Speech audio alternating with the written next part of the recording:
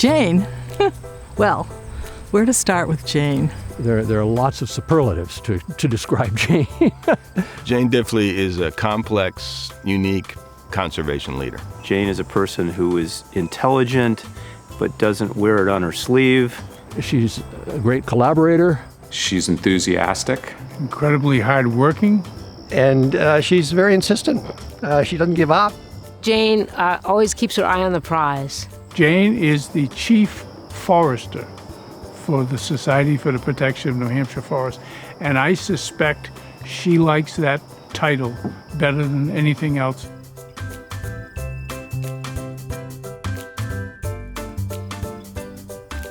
Jane came in and took over a very venerable, historic institution. I own the fact, and she laughs about it, that I was petrified to bring her name forward to the board because I thought, what are they going to say? And there were some conservative old white men sitting around that board at the time. And I think there are very few people who can handle that adroitly.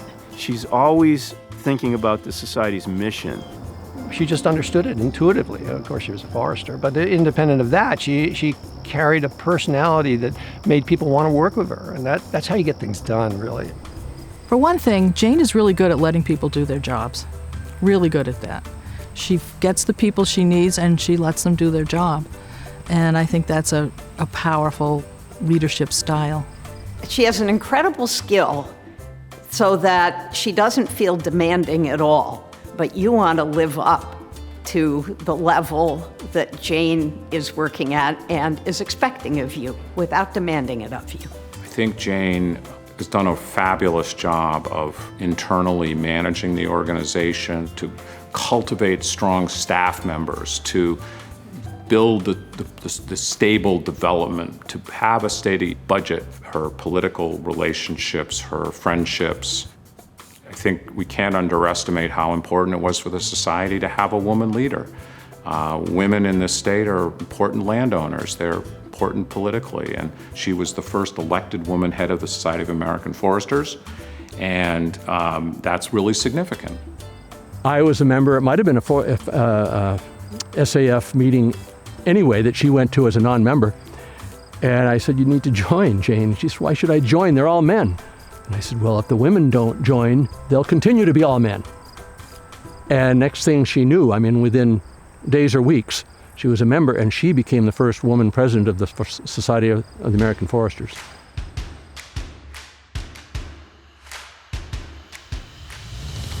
When I came to New Hampshire 18 years ago, she was the first person to welcome me and brought all of the leaders from New Hampshire conservation community and the state of New Hampshire and all the people that are involved to the Conservation Center. So she convened people, around the issues, and she does that.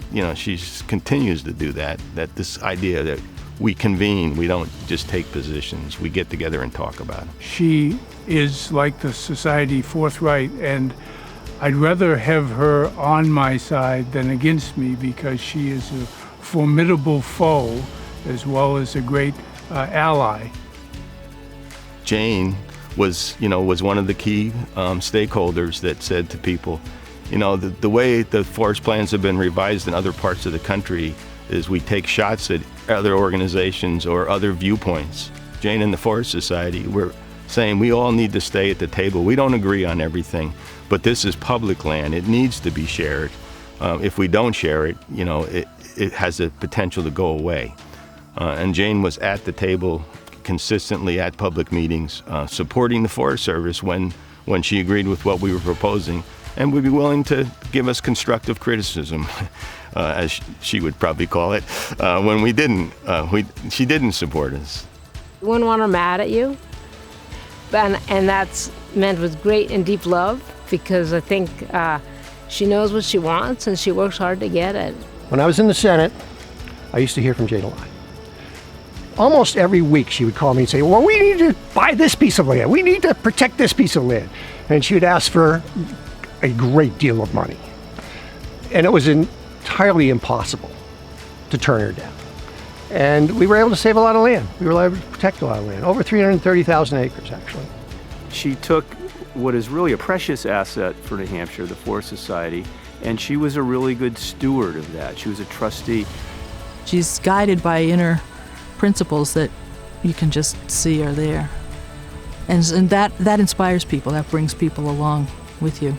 And I've always thought that Jane was someone who could actually see the forest and the trees in New Hampshire. The quality of life in this state has been immensely improved by having Jane Difley lead the Forest Society. I love being out in the woods. I write often about being in the woods with my dog. It's just who I am and what I do and what I care about. The one thing I would think about that maybe people don't know about Jane is, no, because people know that Jane. She's been a pretty open book, and I mean, there probably are some secrets there that I don't know about. I wonder if people know what a great dancer she is. After these meetings, going out and partying, tremendous. Jane is a dog person. Well, there's Jane and the socks. Jane doesn't suffer fools lightly. She doesn't take herself overly seriously. Yeah. That'll be in this, right? Oh, she does have a great sense of humor. She put up with me. Jane starts to laugh, and then the room begins to giggle along with her. It's infectious, it's spontaneous.